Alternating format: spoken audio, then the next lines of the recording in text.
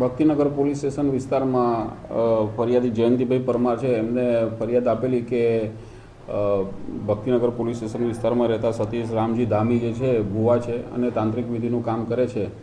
અને એ જે ફરિયાદી છે એમના છોકરા ઓસ્ટ્રેલિયા રહે છે અને આ ધાર્મિક વિધિમાં જાણકાર હોય ને એમનો કોન્ટેક્ટ થયેલો એમના છોકરા મારફતે, અને ત્યારબાદ એમના પિતાજી અહીંયા રહેતા હોય એમને એનો કોન્ટેક્ટ કરેલો અને વારંવાર કંઈક ઘર કંકાસ અથવા ગમે તે પ્રોબ્લેમ હોય તો હું સોલ્વ કરી આવીશ એવી બાંયધરી આપીને એમને એમના પર વિશ્વાસ આવેલો અને તૂટક બેંકના ટ્રાન્ઝેક્શનથી પૈસા તેમજ અમુક રોકડા રૂપિયા એમ કરીને કુલ 24 લાખ રૂપિયા આ તાંત્રિકને આપેલા અને કામ ન થતા અને એમને અસંતોષ થતા એ બાબતે ફરિયાદ ચીટિંગની અને વિશ્વાસઘાતી BNS કલમ 318(4) તેમજ 354 મુજબ આપેલ છે.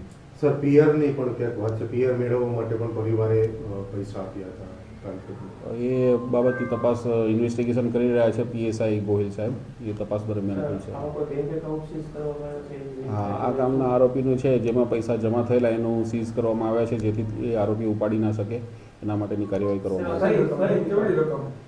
24 લાખ કુલ 24 લાખ રૂપિયા છે. એમાંથી ક્રેટા ગાડી એ કબજે કરેલ છે આરોપીની, આઈફોન કબજે કરેલ છે અને જે પૈસા જે બેંક એકાઉન્ટમાં જમા થયેલા છે એ બેંક એકાઉન્ટ સીઝ કરવામાં.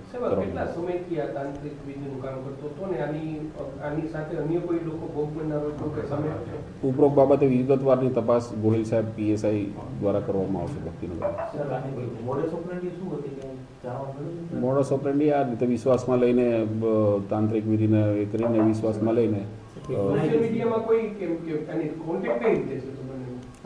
એવું જાણવા મળ્યું છે કે ઓસ્ટ્રેલિયામાં રહેતા છોકરાને આ ભાઈ સાથે સોશિયલ મીડિયાથી કોન્ટેક્ટ થયેલો અને ત્યારબાદ આ વિશ્વાસઘાત છેતરપિંડી થયેલી.